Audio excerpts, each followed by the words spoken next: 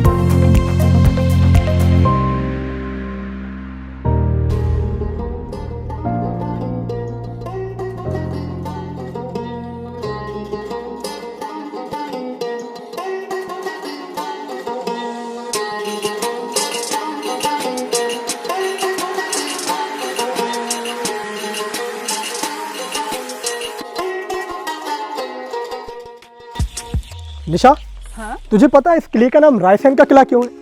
नहीं यार। नहीं पता? हाँ। इतिहासकारों की माने तो इस नगर को एक हिंदू शासक राय सिंह ने सन 1143 में बसाया था और इन्हीं राजा के बाद इस किले का नाम भी रायसेन का किला पड़ा।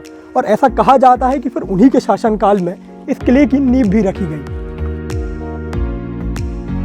ऊपर किला, नीचे जिला, वादों के सिवा कुछ ना मिला। और यह है रायसेन का किला, जिसने अनेक शासकों का उत्थान और पतन देखा है और अनगिनत हमले सहने के बाद भी ये आज जस के तस खड़ा हुआ है। भोपाल से करीब 40 किलोमीटर दूर विंध्याचल की पर्वत श्रृंखलाओं से सटे आसमान छूती पहाड़ियों पर यह किला बसा हुआ है। ये किला बहुत विशाल है और विशाल इसलिए क्योंकि इसका साम्राज्य 7.5 मील में फैला हुआ है और एक समय में ये किला मालवा का प्रवेश द्वार हुआ करता था।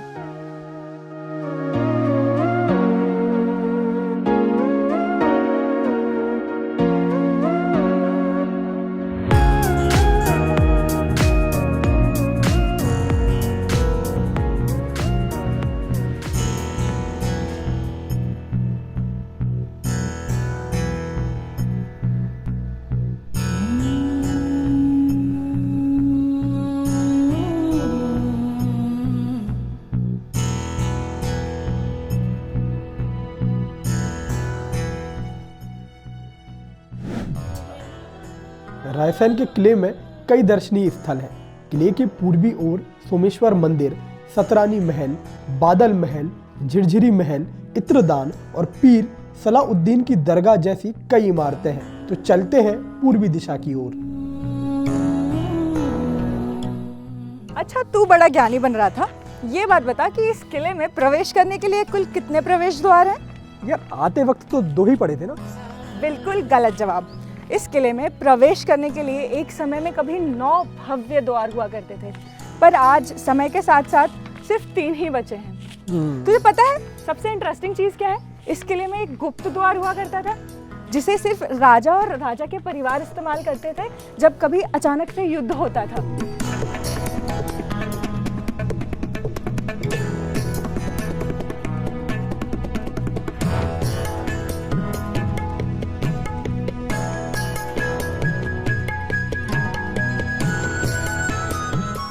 किले का आर्किटेक्चर भी अपने आप में अनूठा है। यह किला ज़मीन के जितने ऊपर है उतना नीचे भी है। दिखने में तो यह किला 3 मंजिलीय लगता है, लेकिन इसकी 4 मंजिल ज़मीन के नीचे भी है।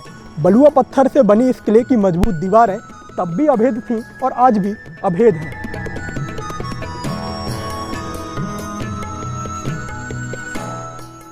स्थानीय लोगों की माने तो इन मजबूत दीवारों का राज उस समय बनने वाला गारा था, जिसे चक्कियों से पीसकर बनाया जाता था। चूना डालते थे, इसमें बीले डालते थे, पत्ती डलती थी हर झाड़ की, और बेल बोदा जुत के उसका पीसना होता था, उसका मसाला बन के जुड़ाई होती थी। ये पड़ा था चक्का, इसमें लकड़ी डलती थी, इसमें फिर ऐसा वो बनता था, दोनों बेल जुतते थे। ये सब पहले खाना अपन बक्खा घेर गाड़ा चलता, ऐसा चलता।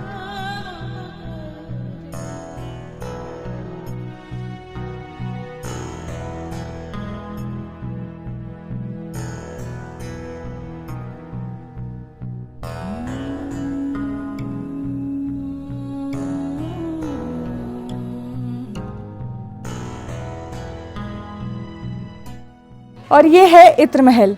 किले के बीचों बीच बना ये कमरा अपने साउंड सिस्टम के लिए एक समय में बहुत मशहूर हुआ करता था। ऐसा कहते हैं कि इसके एक कोने पर अगर आप धीरे से बोलेंगे तो आपको दूसरे कोने तक भी आवाज़ सुनाई देगी।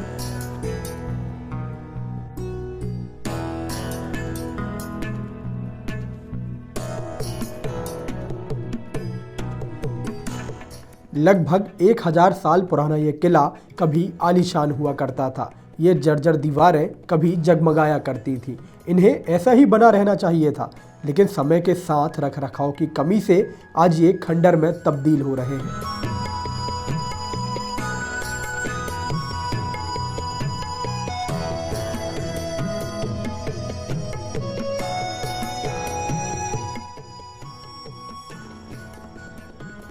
झिंझिरी महल सातारानी महल के दाईं ओर बना हुआ है।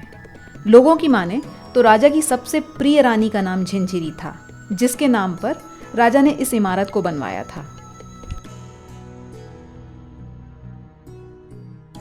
निशा, तुझे पता है इस किले का मुख्य आकर्षण का केंद्र ये हार्वेस्टिंग सिस्टम हुआ करता था। ऐसा कहा जाता था कि इस किले में 27 छोटे बड़े तालाब थे जो कभी आपस में कनेक्टेड हुआ करते थे और लबालब भरे होते थे। ऐसा कहा जाता था कि इस किले में कुछ भूमिगत नालियां हैं जिसके ज़रिए इन तालाबों में पानी भरा रहता था। निशा, तू सुन रही है? कहाँ है? निमेश, ये देख मुझे क्या मिला। निमेश, मुझे पारस पत्थर मिला। यार कहाँ गई? कहाँ है? मुझे पारस पत्थर मिला। पारस पत्थर? पारस पत्थर? यार हम तो अमीर हो गए। ये तो नकली पत्थर है। तेरे अक्ल पे पत्थर है। पारस पत्थर जैसा कुछ नहीं होता, पागल। पारस पत्थर एक मिथ है, और वो जिन्न भी जो उसकी और खजाने की रखवाली करता है। ये तो पता नहीं कि इस कहानी की शुरुआत कब हुई, पर इस अफवाह की वजह से किला जहां तहां खुदा पड़ा है। लोगों ने रातों रात छुपकर इस किले में खुदाई कर खजाना ढूंढना चाहा। इस खूबसूरत इमारत का नाम बादल महल है। ऐसा कहा जाता है कि रायसेन किले की सबसे ऊंची इमारत है ये, इसलिए इसका नाम बादल महल पड़ा।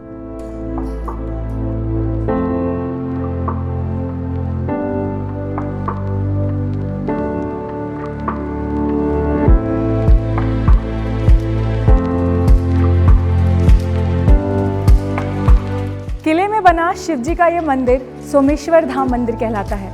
ये मंदिर साल में सिर्फ एक दिन खुलता है, महाशिवरात्रि के दिन।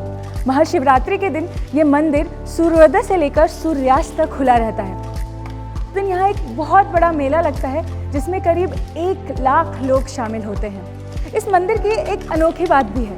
कहते हैं कि रायसेन जिले में सबसे पहले अगर सूरज की किरण कहीं पड़ती है तो वो इस मंदिर पर ही पड़ती है।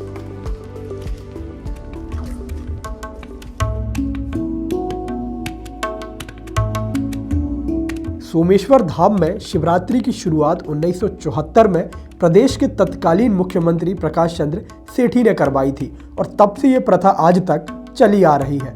साथ ही स्थानीय लोगों की यह मांग भी है कि मंदिर को 12 महीने खुला रखा जाए।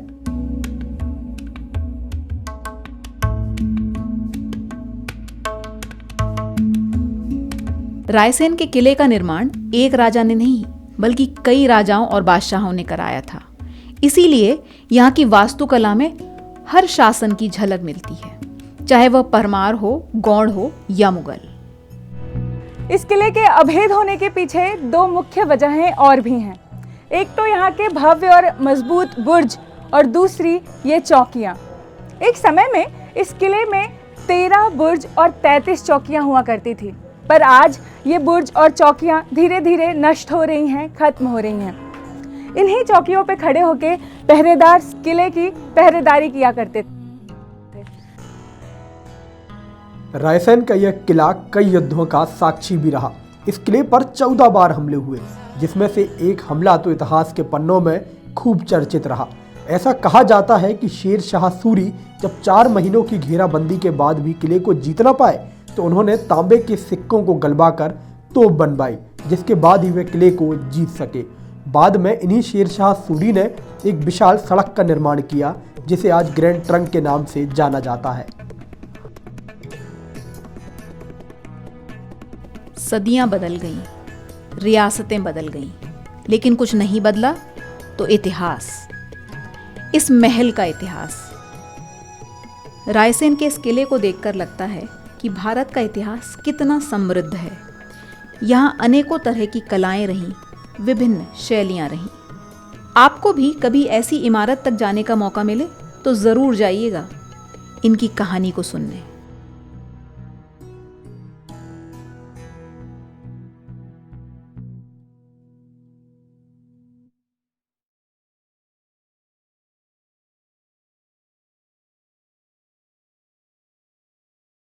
हमारे इस प्रयास को अपना साथ देने के लिए चैनल को सब्सक्राइब करें और जुड़े रहने के लिए बेल आइकन दबाएं।